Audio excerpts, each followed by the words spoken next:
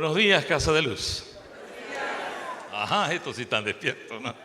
Qué bueno saber que están aquí, porque muchos vienen a la iglesia en cuerpo, pero el alma y el espíritu están por otro lado, no están acá, amén, dicen, no, pero ustedes sí están en espíritu, alma y cuerpo, como dice la Biblia. Qué bueno, una alegría para mí siempre estar una vez más con ustedes aquí, cada 2 meses casi, desde fin de noviembre, fue octubre, que hemos comenzado el curso de liderazgo, el diplomado en liderazgo del Dr. Maxwell, y la verdad que estoy muy contento de cómo están respondiendo. Ayer la pasamos muy bien, gracias a Dios hemos tenido nuevos participantes, hemos extrañado a algunos también que no vi por ahí, pero espero que vuelvan. Así que les animo a que sean parte de este diplomado, porque no hay otra que tenemos que crecer. Si tú crees que ya no tienes nada más que aprender, por favor, de las cosas de Dios, estás en el lugar equivocado. Pero si crees honestamente que puedes o tienes necesidad de crecer un poquito, aunque sea, estás en el lugar correcto. Entonces te esperamos en ese curso, en ese diplomado de liderazgo.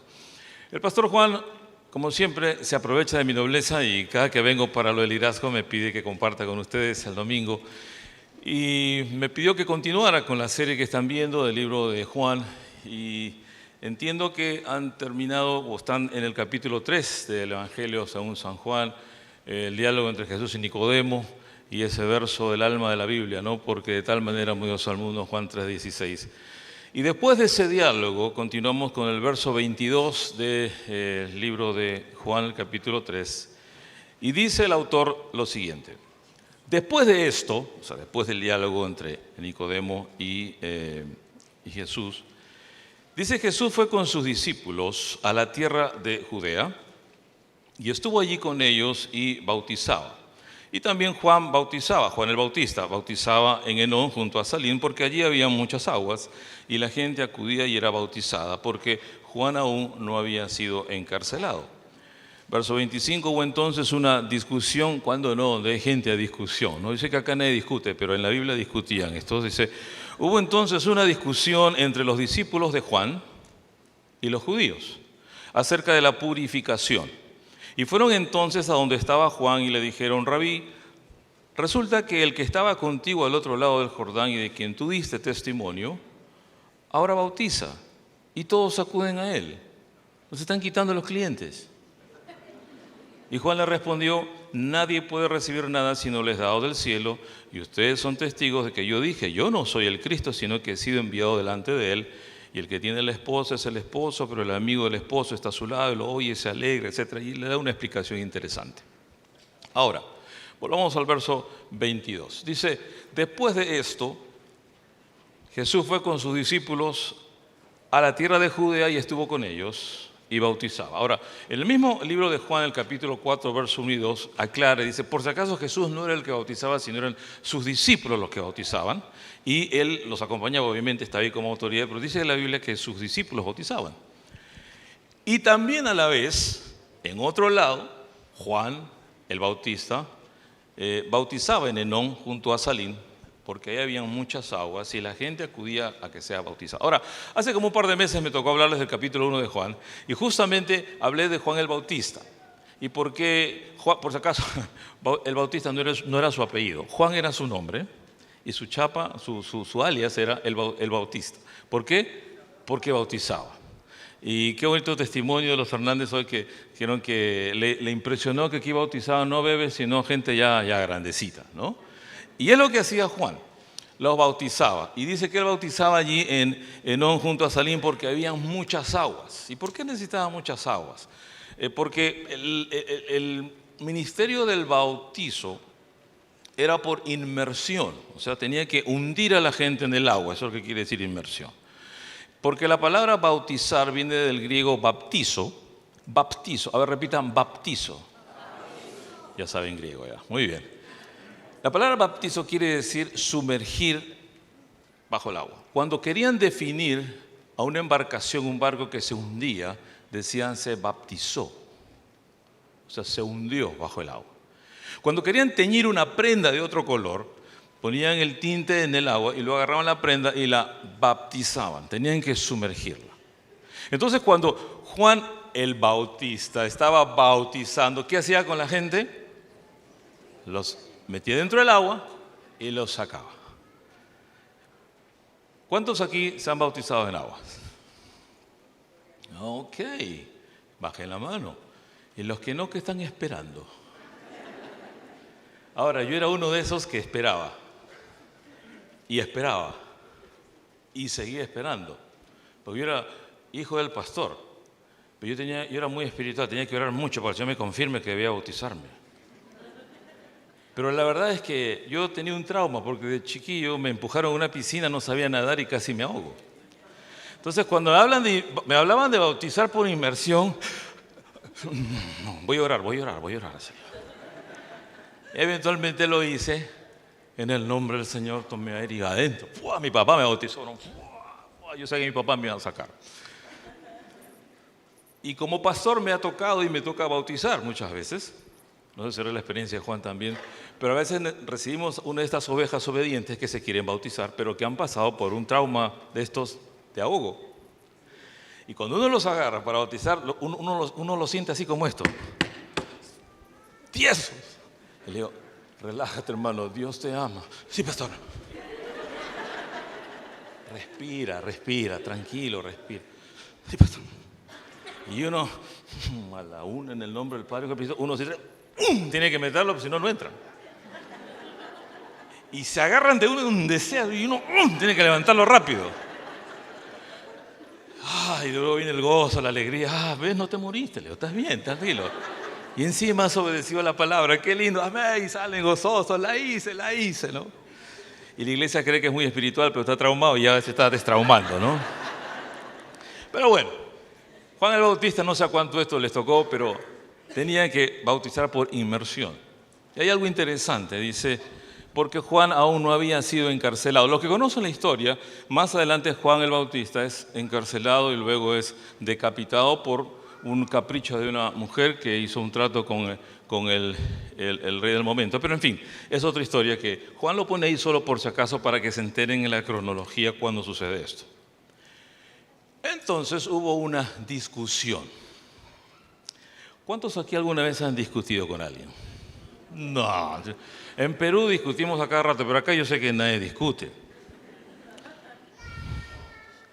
Dice que entre ellos hubo una discusión entre los discípulos de Juan, y en una versión dice, y un judío, o acá dice, y los judíos, acerca de la purificación. Ahora, hay que entender esto en el contexto del pueblo de Israel. El tema de la purificación es una orden muy antigua que Dios ahí al pueblo de Israel está por Números capítulo 9, donde había una ley sanitaria para el pueblo de Israel, creemos ahora, y los teólogos dicen ahora, para evitar epidemias o pandemias había que Dios buscaba la manera de mantener la salud en el pueblo de Israel. Recuerden que no había agua, desagüe, entonces trataba de que habían leyes sanitarias para que el pueblo esté cuidado, precavido, premunido de enfermedades. Ahora está pasando el tema del coronavirus en todo el mundo, hay alertas, etc. ¿Y cuál es la primera recomendación que dan? Lavarse las manos, o sea, agua. Entonces, para el judío el agua, como ricos están tomando algunos ahorita agua, el agua era un símbolo de pureza, de purificarse, de limpiarse. Entonces, una de estas leyes era que todos los judíos tenían que tener como una pocita, así, este tamaño más o menos, llenarla de agua, y tenían ahí que purificarse. Y era agua con unas cenizas de un animal que había sido sacrificado, no voy a ir sobre ese tema, pero esa se llamaba el agua de la purificación.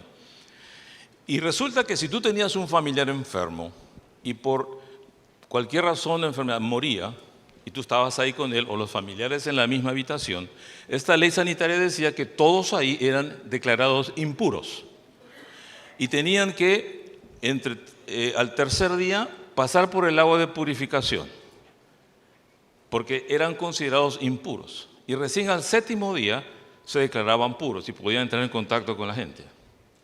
Así era esa ley sanitaria. Y tenían que sumergirse totalmente en agua y salir.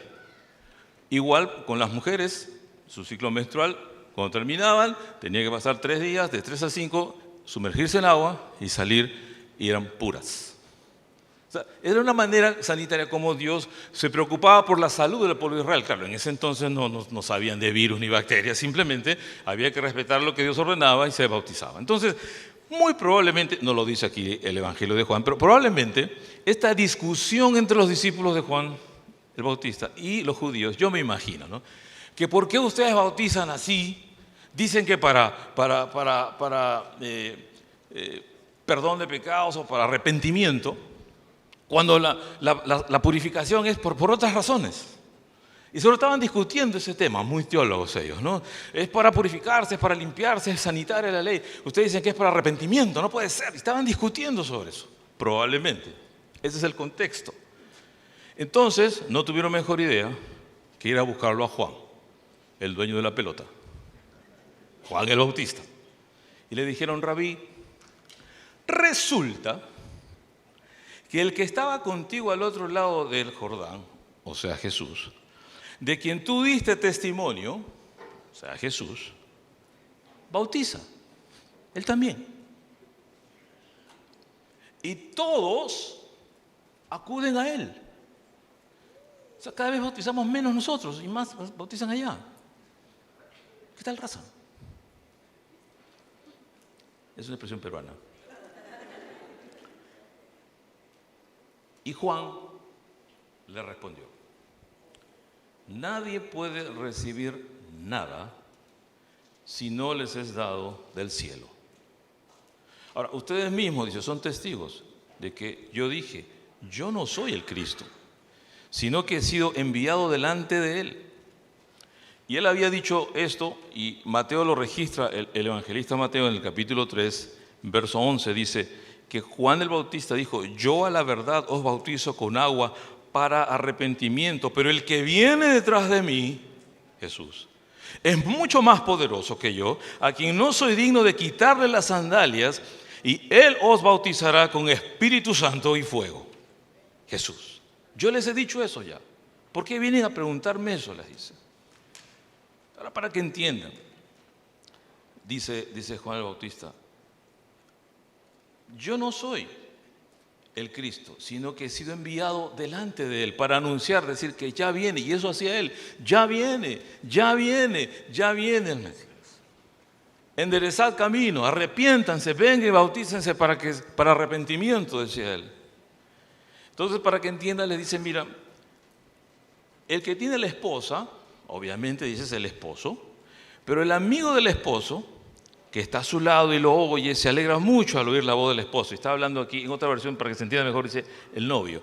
Dice, el que tiene a la novia es el novio, y el amigo del novio está a su lado y se alegra al oír la voz alegre del novio que se va a casar. Así que esta alegría mía, dice él, ya se ha cumplido. Porque es necesario que él crezca y que yo decrezca. Ahora repita, por favor, repita conmigo con ganas. Es necesario. Es necesario. ¿Qué cosa es necesario? ¿Ya para qué predico, Juan? Ya me voy, ya saben todo. Es necesario que él crezca, que Jesús en mí crezca y que yo decrezca. No, a mí no me vengas con esos mensajes psicológicos invertidos, Pastor Oscar, por favor. Esos complejos de inferioridad conmigo no van, porque yo soy yo. O sea, ¿qué me va a decir que yo no soy? No, al contrario, todo lo contrario. Entonces, para la seguridad de cada creyente y saber en quién ha confiado y cómo es que realmente uno crece, para llegar a la verdadera estatura de la plenitud de Cristo. Cuanto Él más crece, más de Él es menos de mí. Ejemplo claro. ¿Cuántos han oído hablar del fruto del Espíritu? ¿Fruto del Espíritu?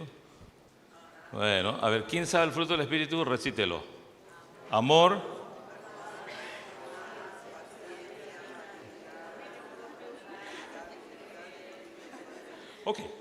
Ok. Clarísimo, se entiende todo. Muy bien. Vamos conmigo. Amor, gozo, paz, paciencia, benignidad, bondad, fe, mansedumbre y dominio propio. Eso es fruto del Espíritu. Eso es Dios en nosotros, Cristo en nosotros por su Espíritu Santo. Cuando Él crece en nosotros por su Espíritu, el fruto del Espíritu, el carácter de Cristo debe crecer y el mío debe menguar. Amor. La Biblia dice, ama a tu enemigo. ¿A mi enemigo? Una bomba le voy a regalar en su cumpleaños.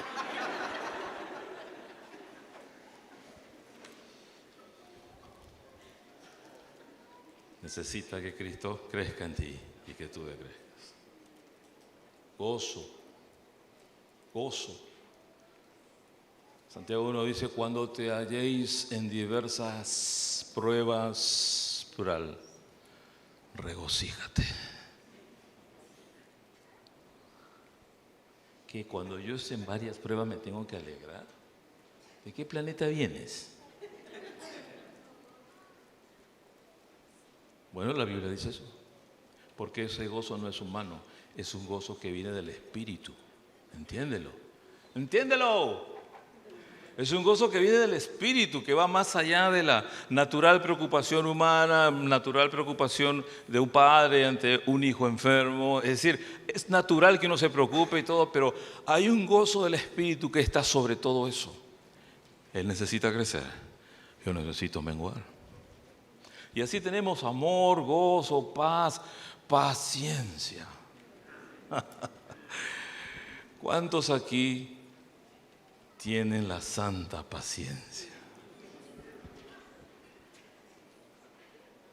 Sí, porque hay, pastor, yo conozco al Señor hace 80,000 años, pero eso sí, conmigo no se meta conmigo. Yo tendría amor, gozo, paz y me salto paciencia, todo, pero yo soy mecha corta, pastor, yo soy mecha corta. Conmigo no se metan, pastor. Yo soy mecha corta. ¿Qué cosa? No me busques porque me vas a encontrar, ¿eh?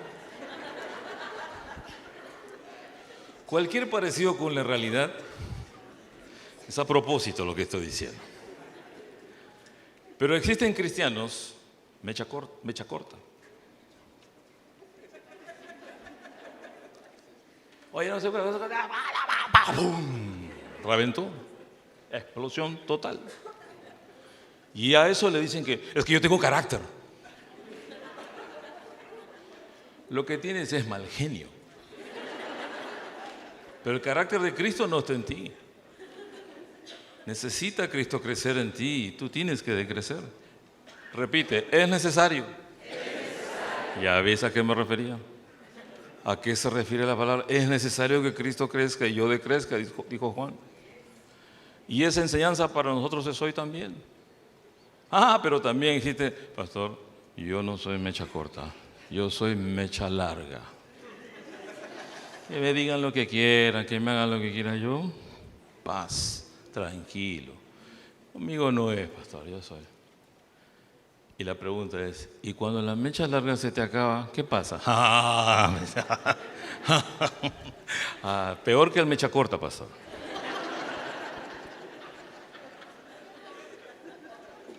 Cualquier parecido con la realidad es a propósito. Ahora, Dios también habla así, entre sonrisas, por si acaso. Tienes que ser honesto y reconocer que Él necesita crecer en ti y tú tienes que decrecer. Es necesario. Es necesario que Él crezca, dijo Juan el Bautista, y que yo mengue. Y da las razones de peso y les dice, en el verso 31 dice, el que viene de arriba, está por encima de todos. En cambio, el que es de la tierra es terrenal y habla cosas terrenales, eso yo, dice. Pero el que viene del cielo está por encima de todos, habla de Jesús. Y da testimonio de lo que vio y oyó, pero nadie recibe su testimonio. El que acepta su testimonio confirma que Dios es verdad, es veraz. Porque el enviado de Dios habla las palabras de Dios, pues Dios no da el Espíritu por medida, o sea, de a poquitos. El Padre ama al Hijo y ha puesto en sus manos todas las cosas. Y esta es la oración cumbre. Dice, el que cree en el Hijo, ¿qué tiene? Pero el que se niega a creer en el Hijo, no verá la vida. Ahora yo pregunto, ¿quieres vida? Tienes que creer en el Hijo de Dios. Y el Hijo de Dios ya ha dicho, el que me ama, guarda mis mandamientos. Y tener el fruto del Espíritu no es una opción, a ver si me gusta, ¿no? No, es el deseo de Dios que crezcamos en nuestro fruto del Espíritu. Que Él crezca y que yo decrezca.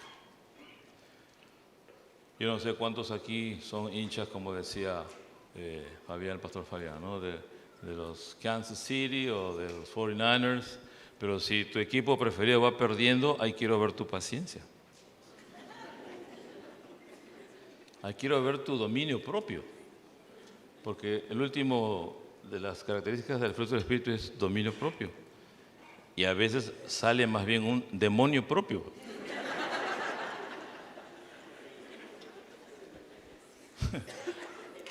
Pero es dominio propio, es templanza, es control. Es necesario que Él crezca y que yo decrezca. Juan entendió su rol, él entendió su misión. Él era el precursor, era el pionero, el mal comprendido, el que lo tildaban de loco, el que él solamente cumplía con lo que Dios le había dicho: tengo que bautizar para arrepentimiento y anunciar que ya viene, ya viene, ya viene. Y cuando vino, le dijo a sus discípulos: mi gozo se ha cumplido. Que un día el Señor, al escucharnos o al ver nuestro fruto del Espíritu, al ver que estamos siendo obedientes a la palabra de Dios, en nuestra responsabilidad como cristianos de crecer en sus principios y valores, que nuestro gozo sea cumplido, porque la Biblia dice que el gozo del Señor es nuestra fortaleza. Entonces, si el Señor se goza, es porque estamos cumpliendo. Pero la Biblia también dice: no entristezcas al Señor, no contristes al Espíritu Santo. O sea, no te creas tú más que Cristo, porque a Él le toca crecer y a ti y a mí nos toca decrecer. Porque cuanto menos somos en nosotros y más en nosotros es Cristo, créeme, somos más que vencedores. Somos más que vencedores en Cristo Jesús. ¿Quieres ser más que vencedor? ¿Quieres ser más que vencedor? ¿Qué cosa es un más que vencedor, para ir cerrando? ¿Qué es más que vencedor? Al vencedor entiendo, el que ganó, pero más que vencedor, ¿qué es? ¿Por qué la Biblia habla del más que vencedor? Es una figura que lo entendían los romanos y los judíos que estaban bajo el dominio romano. Porque cuando Roma invadía una ciudad, un pueblo, y con ese ejército nadie podía, los dominaba, los traían de vuelta a Roma en un desfile de triunfo del Imperio Romano, y ahí primero pasaban todos los esclavos encadenados, todo el pueblo, las autoridades de esa tribu o nación esclavizada, y atrás venía el ejército romano, y al último, al final, venía el jefe del imperio, el jefe de las fuerzas del ejército romano, en una carroza especial jalada por los caballos, y tenía el título de vencedor. Pero hay una cosa bien interesante. En esa carroza estaba la esposa del jefe del ejército romano. Y ella, que no se había partido pero ni una uña en la batalla, estaba ahí en esa carroza recibiendo los honores de todo el pueblo. Y a ella se le consideraba la más que vencedora, porque no había hecho nada y estaba ganando todo el reconocimiento del pueblo. Entonces Jesús, la palabra nos dice que nosotros somos más que vencedores en Cristo Jesús. ¿Quién fue a la cruz? Tú y yo fuimos, pero somos más que vencedores. Esa es la enseñanza. Cuanto más dejamos que Él crezca y menos somos nosotros, créeme, vas a ser más que vencedor. Pero cuanto más eres tú y menos de Cristo, ¿qué serías? Más que derrotado. Ahora, y para terminar, música, maestro, porque a mí esa musiquita me inspira. Para ir terminando, quiero hablar por unos minutos. Ya hablé a mis hermanos en Cristo, a mis hermanas lindas en Cristo. Tú sabes ahora que tienes que dejar que Él crezca y tú tienes que crecer. Pero quiero hablar a aquellos que nos visitan por primera vez, o segunda, o N vez, y nunca has decidido abrir tu corazón al Señor. Dice la palabra de Dios que el que cree en el Hijo, ¿qué tiene? Vida eterna. Nuestra única condición para tener vida y vida en abundancia es creer en el Hijo, creer en Jesús. Qué bonito. Creer en el Hijo. Con esa música yo me entregaría de nuevo, hermano, con esa música. Discúlpeme, soy músico también, entonces me afecta. Si tú crees en el Hijo, tienes vida eterna. Pero el que se niega a creer en el Hijo, dice que no verá la vida. En otras palabras, hay que ser necio, indiferente, tan duro para no ser sensible a la voz del Espíritu de Dios que te habla en esta mañana o en esta tarde ya. Y te dice, si nunca has creído, este es el día. Así que vamos a cerrar todos nuestros ojos, por favor. Todos cerramos nuestros ojos. Vamos a dar un momento de privacidad. Y voy a hacer una pregunta, si aquí alguna persona nos visita por primera vez y nunca ha recibido al Señor. Yo quiero orar por ti en esta mañana y guiarte en una oración. Nadie mirando, por favor, si alguien quiere hacer esta oración por primera vez, reconociendo que necesita arrepentirse, pedir perdón al Señor por sus pecados y abrir su corazón a Él y ver la vida eterna. Ahí donde estás, levanta tu mano. Yo quiero orar por ti con confianza. ¿Habrá alguien, algún valiente, alguna valiente?